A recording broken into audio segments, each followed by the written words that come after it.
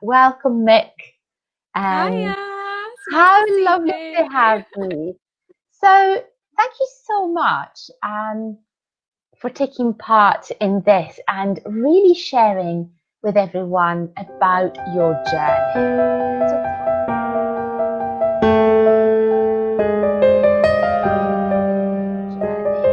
So tell us a little bit about your girl.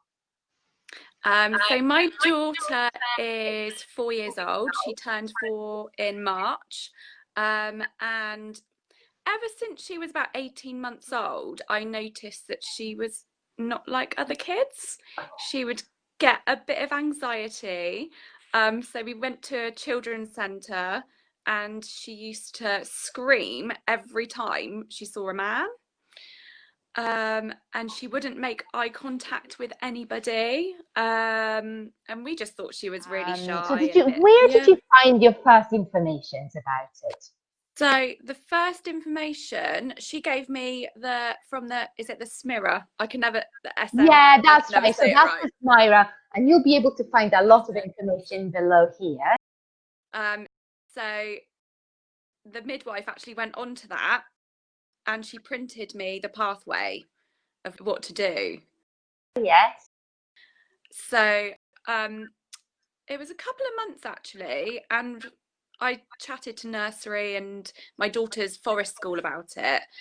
Forest school weren't too concerned because she hadn't been there that long, but the nursery said we are concerned. So can you go to a SLT drop-in session?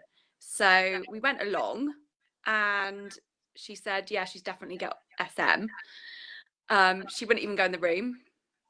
She was screaming. Luckily, my parents were with me. I had a newborn baby, so I went to talk to her just on my own about what my daughter had been displaying, and she was like, yeah, definitely SM. So I actually think that, and this is for a lot of the colleagues that are watching this video, and that I support a lot of therapists that they've never heard of selective mutism or they've never been trained, that I would say the very first step when we see a referral that, and we recognize things like she's speaking at home but not outside, she's very anxious, it's really to have just a conversation with parents, yeah, because I always say, let's not talk about certain things in a way that your child, which we don't know, might perceive as wrong. So then what happened after that? so we got a referral to speech and language therapy, and my daughter did really well in it, because we'd already been implementing lots of stuff from the Maggie Johnson manual.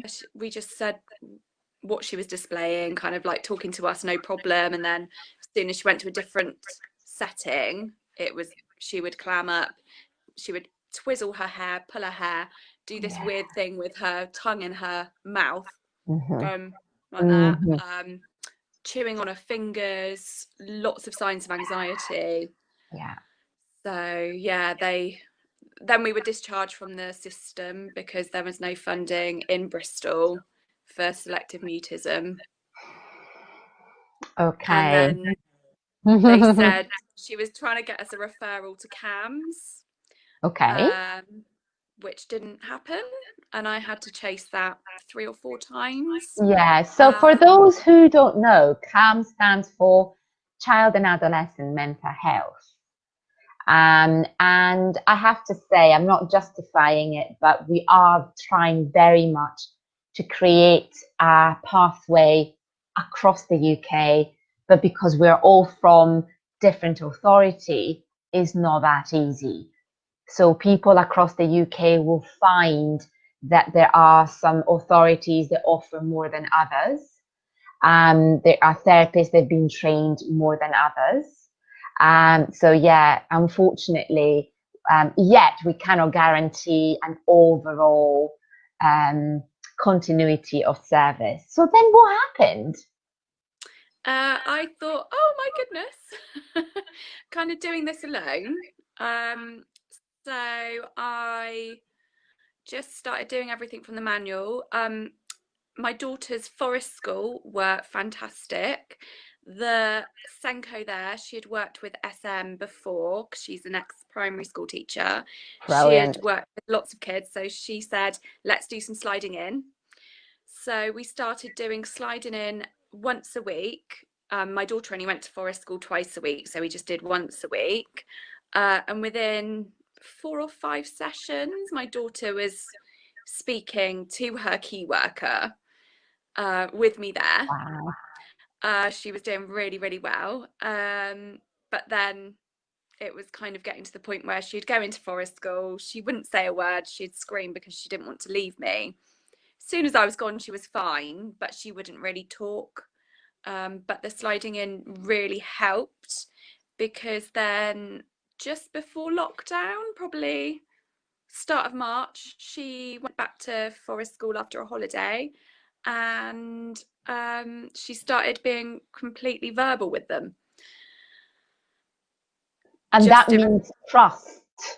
That yeah, means trust. And I would say sometimes it just happens like this. So you've implemented all your strategies, and your child is thinking, you know what, they're not going to give up. Or things are just always the same. Because this is what I find, that people try something, it doesn't work immediately, and they give up and they go back to the same habit. Whereas I say it takes 21 days, and I have a video really specific to say it takes 21 days for our brain to change that habit. So can you imagine in a little child? So she just then talked. Oh, that's amazing. it was amazing, but it was all always kind of, we didn't know what each day would bring every time Yes. she'd go in there. But that was my main worry, her not being verbal in her educational setting. But yeah, so she was doing really well, and it also mirrored in her other setting because she also goes to a preschool, and she started being verbal there too. Wow. So she started Yeah, really to overgeneralize. That is, oh, that's amazing. You must have felt so relieved. yeah. I was crying most days with happiness because she But was I just would doing so say, well. again, one of your key words and the way you've worked is the fact that everybody was speaking the same language, for a better word. So you were Yeah. all using the same effective strategies across.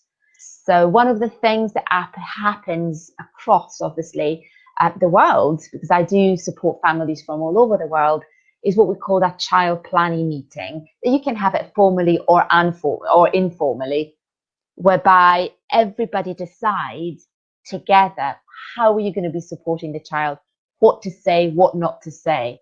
Because when there isn't consistency, that is where we see that the child is not thriving.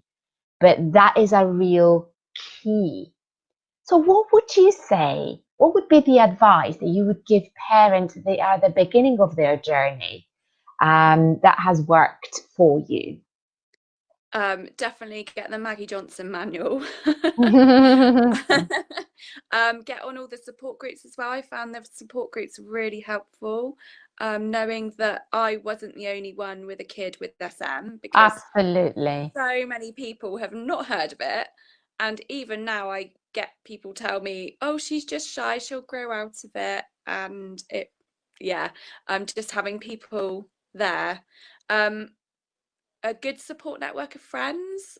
I've got closer to those friends that understand us as a family and how we've got to function, because things are very different for us. I mean, we've got to explain things to our daughter a lot, and prepare her for what we're planning, what we're doing, and people in our lives now, are people that understand that and are supportive, whereas anyone that wasn't supportive, we don't see so often anymore. Yeah. Do you find actually that preparing people and explaining to people what it was, that really helped? Yes, completely helped. I got another little book. I can't remember the name of it. It was a purple book. And it's, Oh, tell me about selective mutism. yes. and really easy to read, only takes 15 minutes. And I've lent that to so many people, and they kind of get it from it. It's helped them understand a lot. Yeah, yeah. I think that support networks are really, really important. And again, we'll find a whole list of different Facebook groups down below. I would say Smira is the biggest one, but there are so many because people just need to find some relief from, oh, I'm not the only one feeling like that. What would you say that, what is your word for communication? Communication is happiness, and if you're feeling happy, you can communicate. Communication is a way of life, isn't it? And my message for everyone about selective mutism, that the anxiety is not just about words, it's across the board with communication.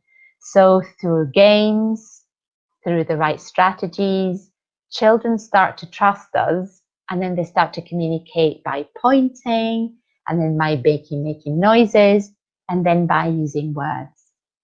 I always say that every day is a new day, and we make our own sunshine. And children with selective mutism, they just need that little help to really believe that they are a sunshine. I would really like to thank Nick and her lovely boy that has joined us for being here today. And for anybody that has any questions, please pop them below. Both myself and Mick here will be happy to answer. Share this video with anybody who you think might benefit. And let's share the word and the knowledge about selective mutism. And above all, that we can see that children can change.